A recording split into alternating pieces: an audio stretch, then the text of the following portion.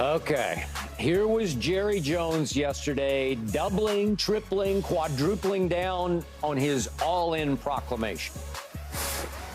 How do we feel about where we've been in this free agency? We feel great about what we've been in free agency. All in. All in. All in. We're all in with these young guys coming up. And we're all in with this draft. You have to have rookies contribute, or you aren't getting the value that you need to have. These are your lesser paid as far as the other relative to veterans. They're going to, the good ones are going to get paid to have other days of more pay. But that's got to meld in with the overall management or it doesn't work, because you've got 10 players getting 70% of the money.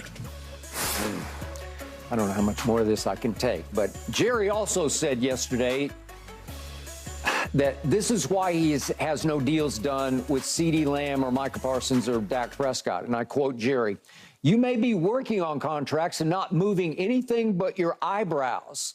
Who in the world would think that we're not working on it? I work on it. It pops up at 2 in the morning sometimes." What you're actually questioning is, why don't you have something done and negotiated and put in the drawer? Well, we'd like to see some more leaves fall. We'd like to see some more action. And finally, Jerry also said this, Keyshawn, before I get to you. "I probably have as good a feel as anybody living on this earth what the cap is going to be 3 years from now, 4 years from now, 5 years from now. I really do. We've got exceptional insight into where the cap is going to be, more so than a lot of other people." Okay, Keyshawn, do you really believe, do you still believe Jerry has everything completely under control? Newsflash, buddy. Absolutely. What? Man, everything Jerry just said is he's correct 1,000%. Wait. 1,000% he said we're correct. all in free agency? Could have fooled me. Guess what he's waiting for? Some of those leaves to fall. You know what those leaves are? Those are players that's still out on the streets. Yeah. That's going to come back a crawling when they don't get the contracts that they need. The dregs of the earth? Have you looked at that list? Yeah, I have. There's a ton of talent. Only Stephon Gilmore intrigues me. That intrigues you. Yeah. You. Yeah. But guess what? You can probably get Stephon Diggs or Stephon Gilmore for a pack of gum and a carton of cigarettes if you wait. I hope he's more valuable than that. But he could be more valuable. But if you, like Jerry's saying, he understands that you don't, Skip, you don't think Jerry Jones in the Dallas Cowboys organization understands and knows where the cap is going to be 2, 3, 4 years from now? Okay, I'll buy that. And that has what to do with what's happening? It has a lot to do with it, as I continue to try to tell you. And I've told you multiple times, there's a handful of guys that eats up a lot of your salary cap. And you have to plan accordingly. It's a budget. You can't just go out there and throw money out on players that don't make sense for what you have to do with other guys. The cap is going to go up. Why didn't you get CeeDee done before free agency started? Because, as he said, do you think that he's not up at 2 a.m. in the morning on a constant basis trying to figure out how to get it done? This is what they do. I think he's up at 2 a.m. fretting about what he's messed up with this team. Skip, as I said to you a long time ago, and I'll say it to you again, these deals are being worked on all the time. But because you don't hear about them, you get, they're not doing anything. They probably done exchanged proposals 50 times. Okay, and they made the proposals they exchanging, they may have moved the decimal just a little bit over this way or that way. They may have added 1 0, maybe taken a 0 away, added 1 year. You know, they're playing with it. That's why it's not getting done. Okay? It's not getting done yet. Okay. Unfortunately, we play in this thing called the NFC East, and our arch rival over the last 10 years has been the Philadelphia Eagles. That's and true. All I know is I saw a Bleacher Report the other day that ranked everybody, gave grades to everybody's offseason. And they gave the Eagles an A+ because they deserve an A+, and they gave the Dallas Cowboys an F because Jerry deserves an F for what he has not done. And I look at the Eagles and I say, wait a second, Howie Roseman has locked up contractually every single significant player on that roster, not to mention all the additions starting with Saquon Barkley. You love him. So I'll go with you. You played. Howie Roseman didn't even play high school football. I don't know how he does this, but he's coming across as the genius operator right now in the NFL. And I ask you Has again, that gotten him any damn wins in April? No, but... Any at all. Okay, let me ask you a better question. I love Jerry Jones personally, and I've been around him a lot, and you know him, and you played for him, and you were around him a lot.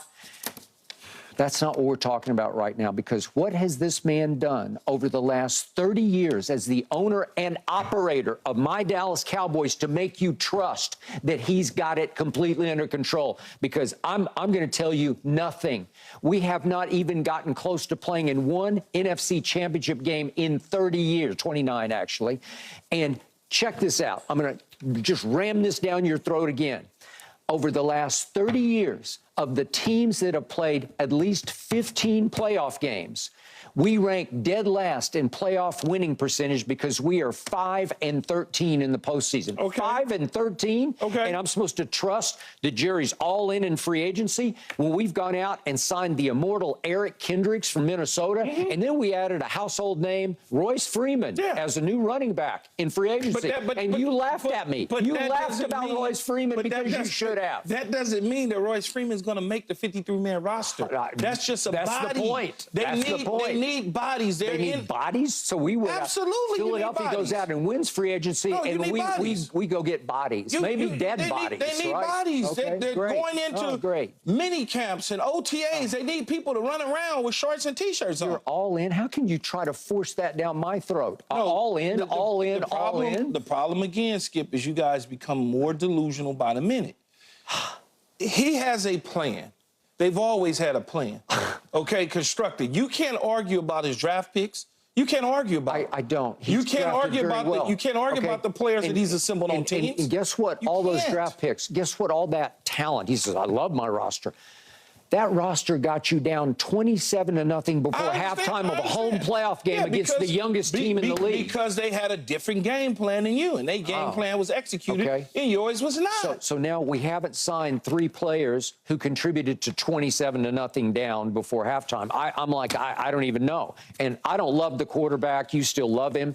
And we're even stuck with that. And I don't know, are you going to go all, you're going to throw a lot of good money after bad and give him 5 more years? You might not. You may be waiting, as Jerry say, for one of those leaves to fall. You may be waiting to see if Dak Prescott can be I think that was a future option. I think there was a Dak comment. I need to see.